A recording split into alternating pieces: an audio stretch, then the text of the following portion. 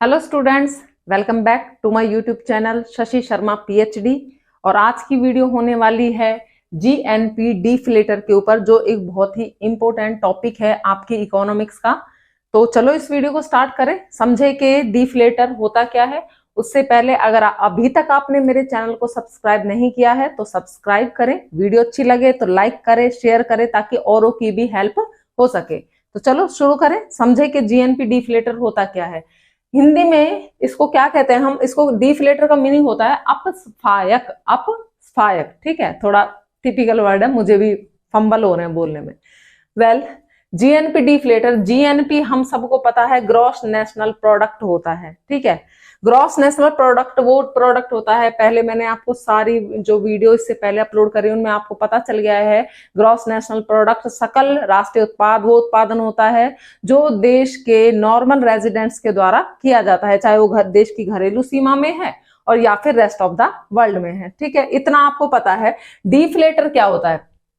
GNP deflator measure the average level of prices of all goods and services that make up GNP. इसका meaning ये है कि जिन वस्तुओं और सेवाओं को जोड़ करके, जिन वस्तुओं और सेवाओं की मार्केट वैल्यू को जोड़ करके हमने जीएनपी बनाया है। मान लीजिए जीएनपी में हमारा व्हीट है और आपका राइस है, क्लॉथ है एंड आपका शुगर है, ठीक है। सर्विसेज भी हो सकती हैं, जैसे बैंक हो गया, बैंक की सर्विसेज है, ठीक है, उन्होंने कोई सेवाएं दी है तो उससे भी आपके इनकम जनरेट होती है। तो इन सब चीजों से मिलकर मान लीजिए आपका जीएनपी बना हुआ है।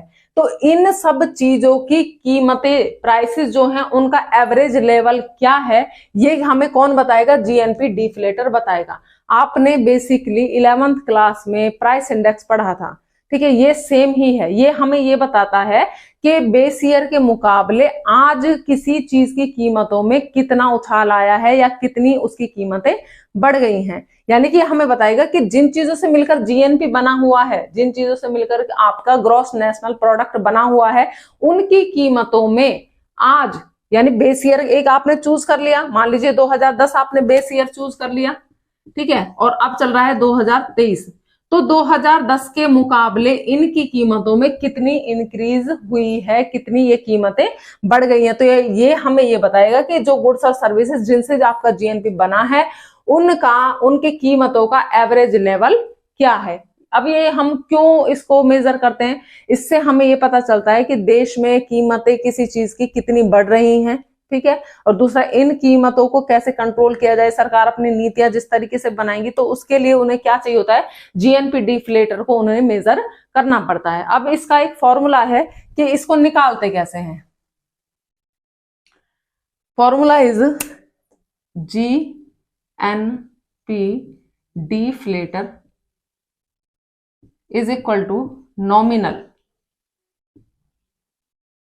GNP divide by real GNP and multiply by 100। Nominal GNP क्या होता है? इससे पहली वाली वीडियो में बता दिया है, उसमें मैंने आपको बताया था नॉमिनल नेशनल इनकम, ठीक है। अगर नॉमिनल जीएनपी है तो आपने, नॉमिनल का मतलब है करंट ईयर के प्राइसेस पर, तो करंट प्राइसेस पर आपने जीएनपी को कैलकुलेट करना है। जैसे मैंने बताया, मान लीजिए आपका व्हीट है जो जीएनपी में शामिल हो रहा है और उसकी प्रोडक्शन 200 टन है, और नॉमिनल यानी कि करंट ईयर के प्राइसेस 10 है, तो आप निकालोगे इसको 2000, तो ये आपका क्या आ गया? नॉमिनल जीएनपी आ गया। रियल जीएनपी, प्रोडक्शन वही है लेकिन बेस ईयर की कीमतें लेनी है आपने। प्रोडक्शन तो आज आपका इस करंट ईयर में वही है सॉरी, लेकिन मान लीजिए बेस ईयर में कीमतें आपकी इसकी 5 थी, तो ये कितना हो जाएगा आपका? 1000 आपका हो जाएगा। तो आपने क्या करना है? 2000 divide by 1000 and multiply 100 and the answer will be your GNP deflator. Basically it is the ratio, यानी कि जो जीएनपी डिफ्लेटर है वो किसका रेशो है? नॉमिनल जीएनपी का और रियल जीएनपी का रेशो है, but we will multiply this ratio to 100। हम इस रेशो को किससे मल्टीप्लाई कर देंगे? 100 से मल्टीप्लाई कर देंगे, आपके पास क्या आ जाएगा? जीएनपी डिफ्लेटर आ जाएगा। एक एग्जांपल से इसको समझते हैं। मान लीजिए आपके पास 3 प्रोडक्ट हैं, ए बी सी।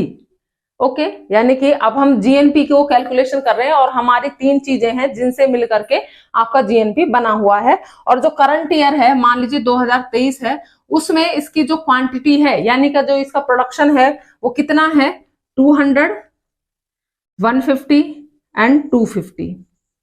और इनके प्राइसेस क्या हैं, इसके प्राइस है मान लीजिए 20 और इसके प्राइसेस है मान लीजिए आपके 10 एंड इसके प्राइस अगेन आपका 10 रख लेते हैं या 20 रख लो, कुछ भी रख लीजिए, ठीक है।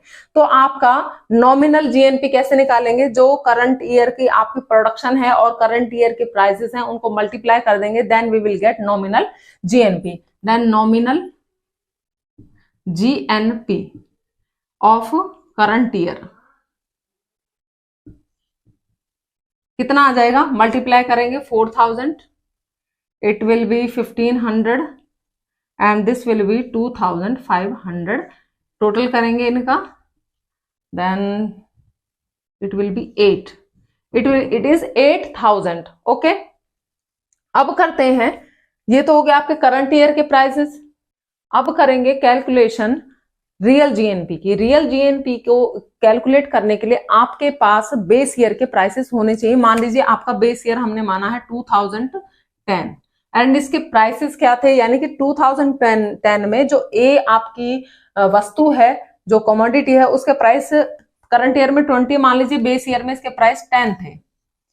यहाँ 10 है, मान लीजिए इसके 5 हो और इसके मान लीजिए 10 ही हो, ठीक है। अब कैसे रियल जीएनपी आपने निकालना है, यहाँ पे real GNP of current year. Real GNP निकालने के लिए प्रोडक्शन तो आप करंट ईयर की ही लेंगे, 2023 की प्रोडक्शन को बेस ईयर के प्राइसेस से आपने मल्टीप्लाई करना है, यानी 200 multiply 10 is equal to 2000, 150 multiply 5 750 and this will be same 250 multiply 10 2500, total करेंगे इसका हम